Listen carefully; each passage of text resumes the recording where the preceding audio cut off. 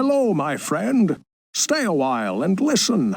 What's going on YouTube? It's Filthy and we're back with another video. Today we're looking at the Conquests and starting sets for Season 24, which is going to be the season of Ethereal items. I've played a bit of PTR at this point. The Ethereals are really cool. Really looking forward to this season actually. I think it's going to be a good one. Let's jump in and take a look at the Conquests. We've got on a good day, get 3 gems, 265. Super easy these days. Every build in the game, pretty much, apart from a couple, would maybe struggle with this, but near enough every build will smash this. Add the ethereal items on top. It is very easy conquest to do. Boss mode, again, with some builds in the game, this is very easy. Ethereal items will add power, definitely, so this will be the easiest boss mode you've ever done. If you do it in a group, it's pretty easy. It can be done fairly without much problems. T10 just isn't what it used to be, but probably a bit more of a pain in the butt one. The thrill is very easy.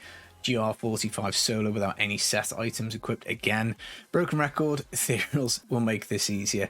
So those two are very easy if you just want to get your stash tab. And then we've got the cursed chest event one. So basically kill 350 cursed chest monsters. I normally skip this one. I can't be bothered farming the chest location. And then the other one is Years of War. I do get this done quite a lot of the time because I play lots of different classes, but again, a bit of a pain because you've got to get 255 with 6 particular sets. Now, with the season of Ethereals, we don't have the transmogs. They're not live on PCI yet, but each class in the game is going to get 3 Ethereals. If you collect these rare items, they're not going to be as rare as Primal. I would like them to drop a little more often than they do on the PTR, but if you do collect all 3 for each class, so 21 different Ethereals, you will get a new transmog set. So we don't know what they're going to look like. It's going to be pretty cool. But the point that I'm going on about this is it makes Years of War obviously a lot more appealable than it would do in previous seasons. So I'd say 4 out of these 5. I mean, all the conquests are extremely doable, but I would say this is very easy. This is very easy. This one's pretty easy, and it depends on your playtime and whether you want to collect those transmogs as to whether Years of War is a good one.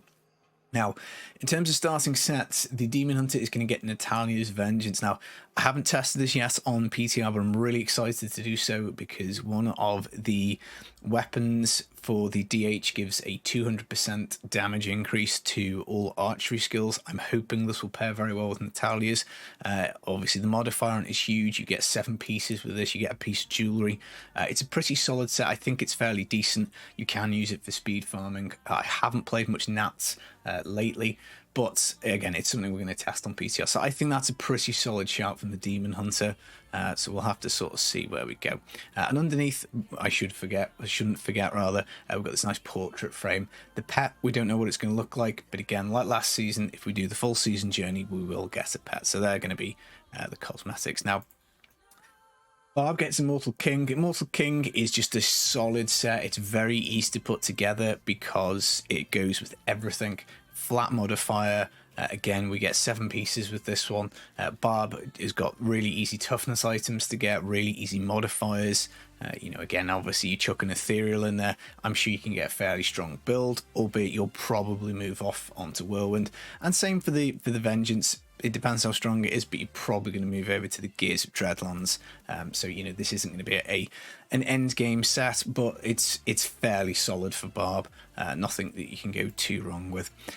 Next up, we've got Veers for the Wizard. Now, Veers is a fairly decent speed farm for Wiz.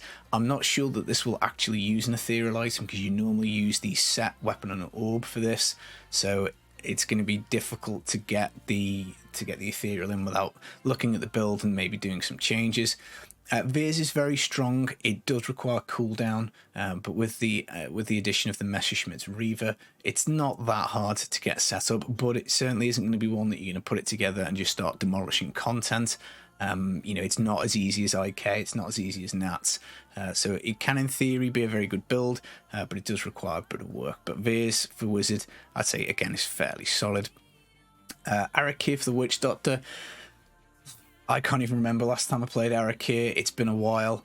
I wouldn't say it's particularly amazing start. It's not particularly known for its speed farming. We do obviously have Chicken now. Chicken has been buffed, but I mean, realistically, Witch Doctor's been so dead for the last couple of patches. I don't think many people, but Big Daddy Den and Anna have been playing this, Anna Cake Live. But anyway, you're going to get Eric here. I can't really see Witch Doctor being a very popular choice in the player base because, again, absolutely zero buffs, but a fairly solid set. Creature skills, you know, if you're into that type of thing, pet build, you know, you can use it. Uli for the monk, Uliana's 7-sided strike exploding palm set. This is a fan favorite. People love EP. It isn't the strongest thing in the world, but it's not complete trash either. Obviously, we have had inners reworked for the monk for this patch. Wave of Light looks like it's going to be disgusting next season if the item changes go through to PTR and the Ethereals, if they go through to live from PTR as they are. So monk could be a good shout. Again, it's not a set that like screams this is an S tier set, you know, super easy for doing everything, but again, probably fairly solid. Secret of the Light for Invoker. Probably one of the least played sets, I guess, in the game at the moment. You do get the odd person who really likes this. It's quite easy to put together. A lot of these items are actually in the loot pool fairly early on that go with this for support, but it's all Blast Hammer. Again, there are some kind of unique bits you have to get to it. Again, not my favourite play style, and again, not like an S tier or super strong starting set. And then Necro. Necro gets, like, arguably probably the worst. This is probably the worst set here, the Tragul's Avatar. It is a bad set. It is just naff. What it does have going for it, again, is it's just a flat modifier, so you can use it with anything. You know, you chuck an Ethereal with this. Necro loot pool, super easy to put together, but all in all, it's one of the worst sets in the game. So a little rough on the Necro maybe, but all in all, looking through this, I'd say none of these sets are particularly S tier. I'd say Vengeance is probably, or Natalia's with Vengeance is probably the best in terms of its overall power. And then the rest are all a bit of a mixed bunch. So it's going to be interesting when we look at some starter builds and what's going to be the fastest start. But they are the Haedrigs that we're going to get. It's going to be Natalia's for the Demon Hunter, Immortal King for the Barb, it's going to be Veers for the Wizard, Arakir Witch Doctor, Uliana for the Monk, and Secret of the Light, and then the last place gotta be Necro. I'm just laughing. I've been asking for this set to get buffed for so long. It just pains me to read it. But anywho, Conquest nice and easy. It's going to be a great season. Ethereals are going to rock your world. They're going to be really good. I'm going to go play some PTR. Enjoy the rest of your day. Take it easy. Peace.